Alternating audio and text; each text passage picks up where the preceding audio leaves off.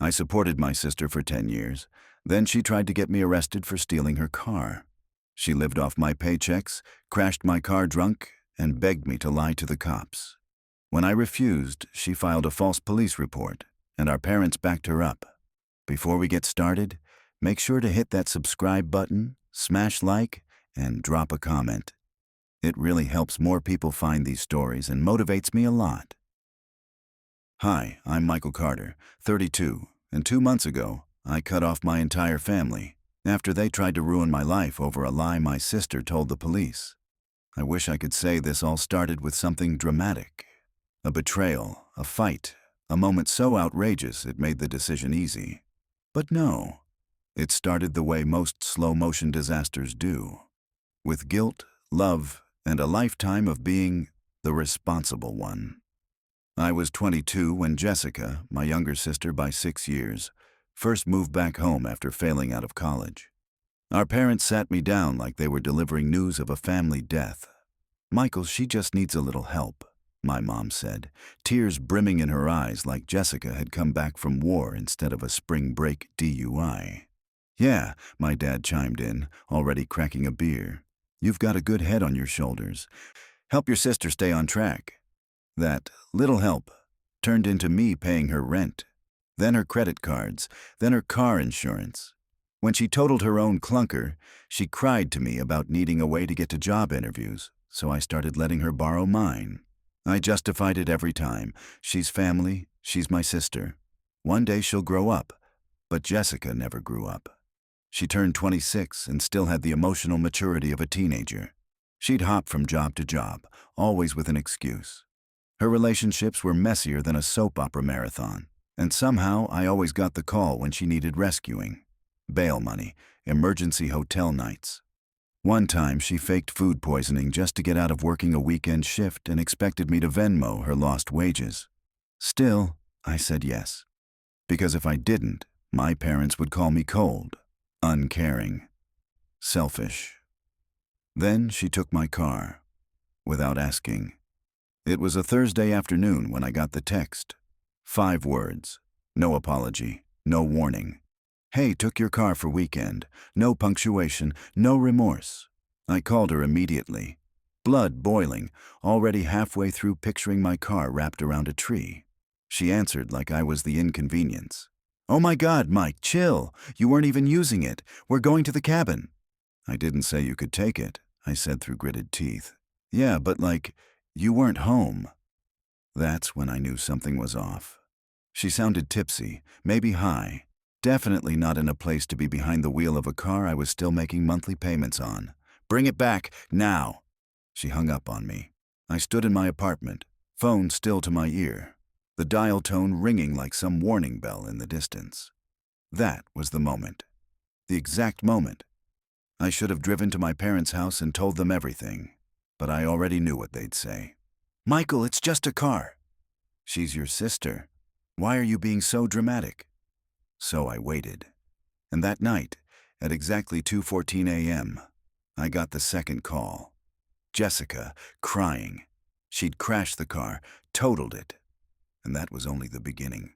The crash wasn't the kind of accident you walk away from with a few scratches and an insurance claim. No, Jessica had managed to rear-end a parked truck while speeding down a back road. Drunk. At night. With no headlights on. The miracle. No one else was hurt. The nightmare. The damage was bad enough that the cops were already involved. When she called me sobbing from the scene, I could hear the flashing lights in the background, the murmurs of officers, and her slurred, frantic voice.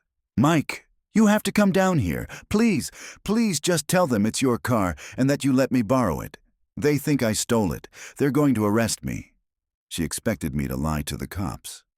I stood there in my boxers, half asleep, phone shaking in my hand, and said the thing I'd never said to her before. "No." Dead silence. Then, "Are you kidding me?" "No, Jessica. You took my car. You crashed it. You deal with it." "You're my brother. You're really going to let me get arrested?" "You stole it, Jess." More silence. Then she snapped. Wow, you are such a selfish piece of—" I hung up. The next morning, my phone blew up like it always did when Jessica made a mess. But this time, it wasn't just her. It was our parents, too. Mom, your sister could have died, Michael. Dad, how could you abandon your own blood like that? Mom again, we're calling a lawyer, but you should be ashamed of yourself. Dad again, you're lucky we don't kick you out of the family. I didn't reply. I didn't answer the door when Dad showed up that afternoon, pounding like a debt collector, and when he finally yelled, "Get dressed, we're going to the hospital," I looked him square in the eye and said, "No, we're not." He blinked. "You're acting like a selfish brat." "No," I said calmly. "You're just mad I finally stopped being your doormat." That was when I saw it. His face wasn't angry. It was scared. Not for Jessica, for his wallet. "You know we can't afford this without you." Ah, there it was, the truth. "You mean I can?" I replied. "You mean I'm the emergency bank account that bails out your favorite child? This is your last chance," he said. "Help her, or you're out of this family." I laughed, like genuinely laughed. Out of the family? Dad, I was never in it. I was just the guy you outsourced parenting to, and I shut the door in his face. I thought that was the worst it would get. I had no idea what Jessica was planning next.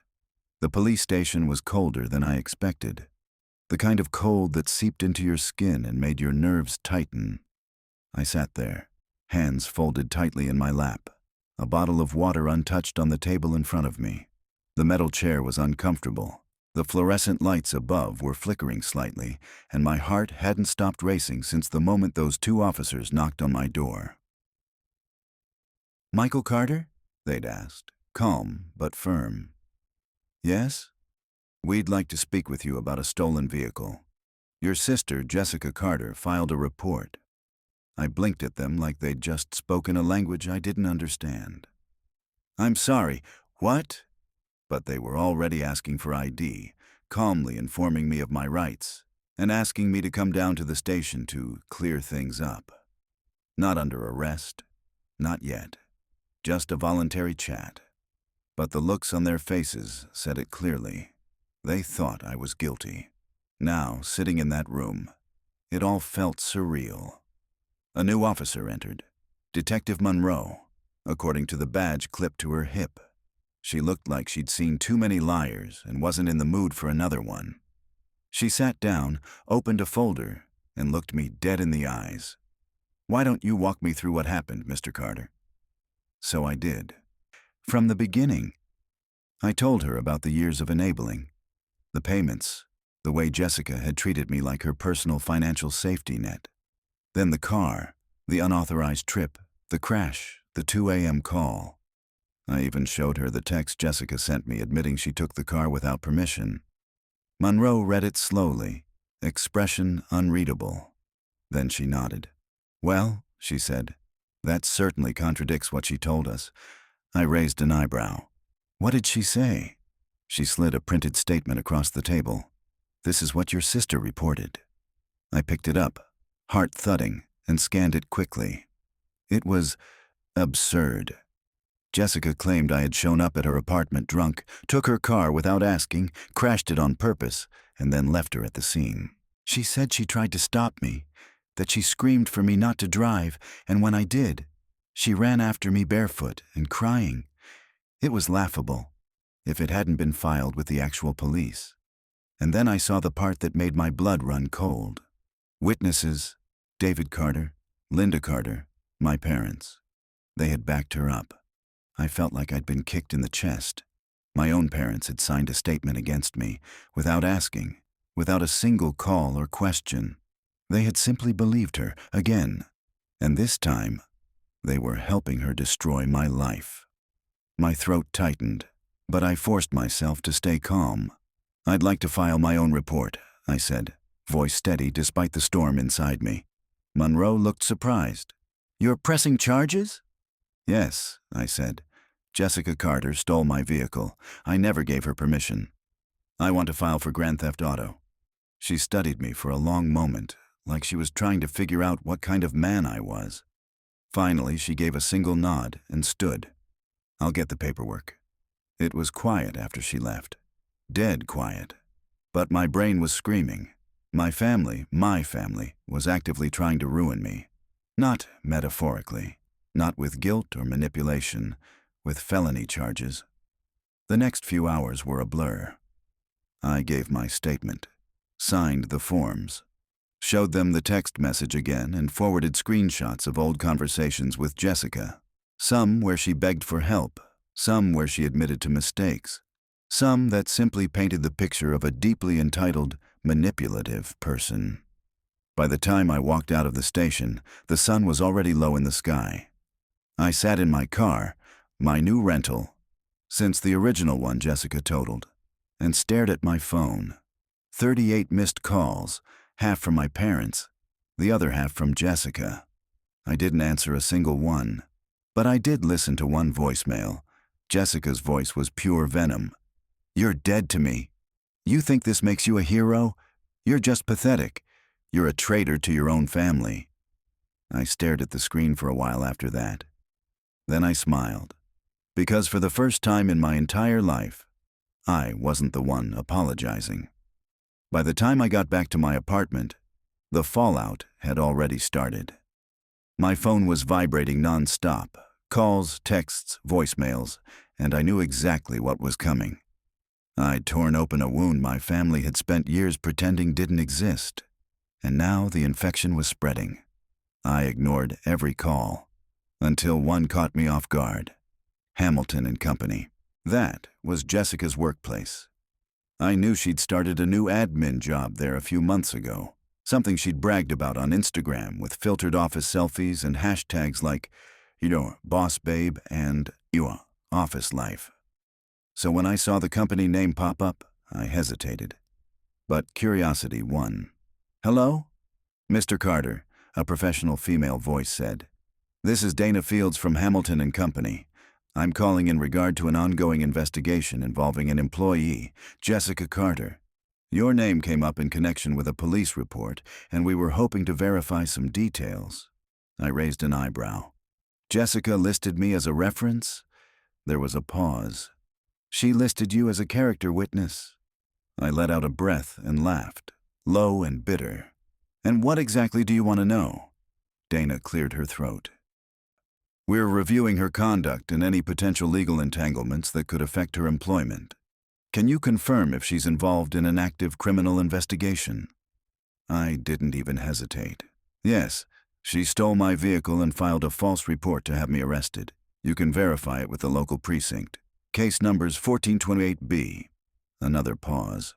"I see. That's all we needed. Thank you for your time, Mr. Carter." Click. It took less than 3 hours for the next wave to hit. Jessica called me, and called again, and again. By the 5th call, I was half expecting her to show up at my door with her bags packed and crocodile tears ready. Instead, she left a voicemail. I waited an hour before playing it. Part of me was still hoping, somewhere deep in the rusted-out wreckage of our sibling bond, that she'd apologize. That she'd say she was sorry, even just once. "Nope." Her voice came through, high-pitched and unhinged. "Michael, I swear to God you ruined my life. What is wrong with you? They fired me. Do you hear me? They fired me. I hope you're happy. You absolute disaster." Deleted. 10 minutes later, she called again. This time, I answered. "Jessica." Her voice was shaky. "You have to fix this." I almost laughed. "Fix what? You mean the job you lost because of the crime you committed?" "I didn't commit a crime," she snapped. "I panicked, okay? I didn't know what else to do. I thought Mom and Dad said—" I cut her off. "Don't bring them into this. You made a choice, Jess. You lied. You tried to get me arrested." Her silence was the closest thing to guilt I'd ever heard from her. "I lost everything," she said quietly. "My job? My apartment? I don't even have enough for next month's rent." "That's not my problem anymore." Another pause. Then, the switch flipped. Jessica's voice softened, slipped into that sweet, manipulative tone she'd used all her life. Mike, please. I know I messed up. I know that. But I'm your sister. I don't have anyone else. Ah, there it was. The familiar tune. I was the last card in her deck, and she was playing it with trembling hands. I don't need money, she whispered. I need a place to stay. Just for a few weeks. I'll find something, I swear. I just need some time. I sat in silence for a long time, because I knew what I said next would define the rest of my life. Jessica, I said calmly, you've spent your whole life expecting everyone else to carry you, and when they didn't, you burned them. You burned me. I didn't mean to, but you did. You knew exactly what you were doing. You knew Mom and Dad would believe you. You knew the cops would come after me, and you didn't care. Her voice cracked. I was scared. And I'm done being scared of you. She was quiet. No sobbing, no yelling. Just quiet. Finally, I said what I'd been holding back for years. You need to figure out who you are when no one is catching you. You need to fall, Jess. Really fall. Because until you do, you're never going to stop blaming everyone else for your crash landings. Michael, please. I didn't say goodbye. I just ended the call. I didn't realize I was shaking until I set the phone down. 15 minutes later, I heard a car pull into my driveway. I opened the door before they even knocked. Mom was already mid-sentence, clutching her purse like it was a rosary. Michael, you need to fix this right now. Dad stood beside her, arms folded, jaw clenched. He wasn't talking yet, which meant he was waiting to deliver some kind of ultimatum. Classic. I didn't move from the doorway. She called you. Of course she did, Mom snapped. She's your sister and she's devastated. She should be, I replied calmly. She committed a crime. She lied to the police. She tried to get me arrested. Mom's voice rose in that shrill, judgmental tone I knew too well. You are blowing this out of proportion. She was scared, Michael. She thought you would help her, and when you didn't, she panicked. She didn't panic. She lied. She turned my life upside down and expected me to clean it up, again. You're her brother, Mom said, as if that explained everything. And you're her parents, I snapped. When exactly did you plan on taking responsibility for her? Dad finally spoke. Enough. You're not going to stand here and insult your mother. You're going to fix this. Right now. I laughed. How? By what? Calling the police and saying I made it all up. Yes, Dad said, without flinching. It hit me like a punch to the ribs. You want me to lie? To protect your family, he shouted. There it was, the family motto. Sweep it under the rug. Protect the golden child. Keep the peace, no matter who gets thrown under the bus. No, I said. I'm not doing it. Mom's eyes narrowed. So you'd really let your sister be homeless? She made herself homeless, I said. She lied. She committed a felony. She put me in danger. She could have destroyed my career, my life. And you want me to fix it? You're so selfish, Mom hissed, voice trembling. Do you hear yourself? I took a slow breath, meeting her gaze. Yeah, for the first time, I actually do. They just stood there staring at me, like they didn't recognize the person in front of them. But I wasn't the one who'd changed. I'd just finally stopped letting them trample me. Dad took a step closer. This is your last chance. You either help her, or you're not welcome in this family anymore. I stared at him. Then I said, good. Then I guess I'm finally free. And I shut the door in their faces. It felt final. But somehow, it wasn't over. 3 days later, Jessica sent me one last message. I'm leaving town. You got what you wanted. Hope you can live with yourself. I read it twice, then a third time, and instead of feeling satisfied, I felt hollow.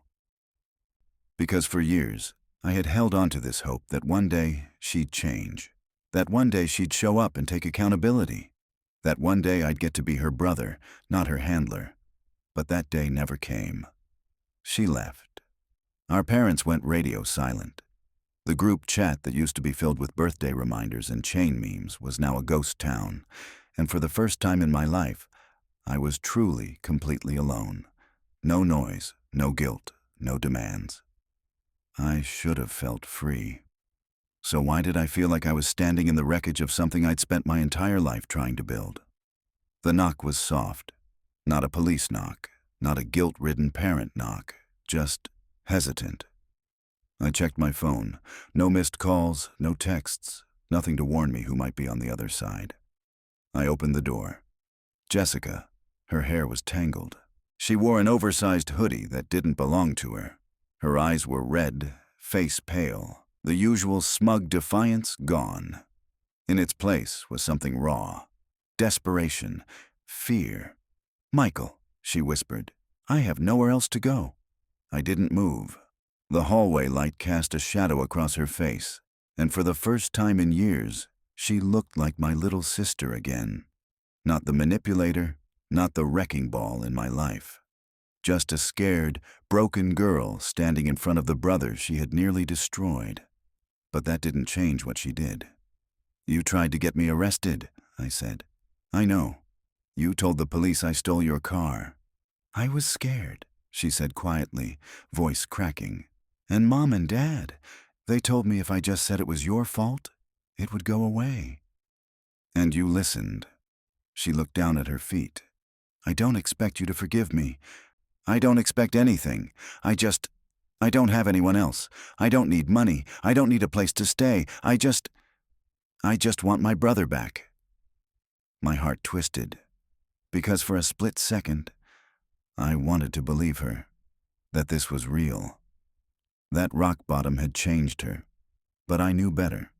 I had seen the cycle, lived it, and if I let her back in now, even for a second, we'd go right back to where we started. I let the silence stretch until it felt like it filled the whole apartment. Then I said, "I hope you figure it out, Jess. I really do.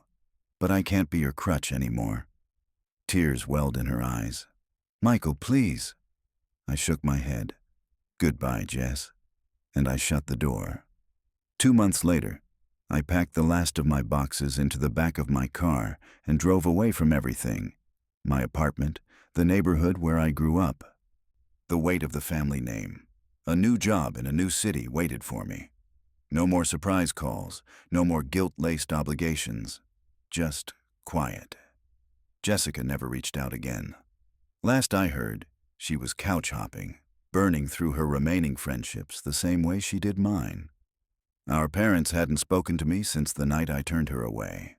The family group chat was still silent. Birthdays passed. Nothing. And yet, I felt peace for the first time in my adult life. The kind that doesn't come from control or keeping everyone happy, but from walking away when you finally realize you're the one bleeding to keep the others comfortable. Some nights I'd sit in my new place, staring at the blank ceiling, wondering if I was heartless, if I should have helped her one last time, if cutting off your family made you a bad person. But then I'd remember the police station, the officer reading back my sister's lies, the word witnesses, followed by my own parents' names, and I'd feel the peace again. Choosing myself wasn't selfish. It was necessary. I wasn't angry anymore. I wasn't bitter. I didn't wish her harm. I just didn't owe her a thing. Not anymore. The end.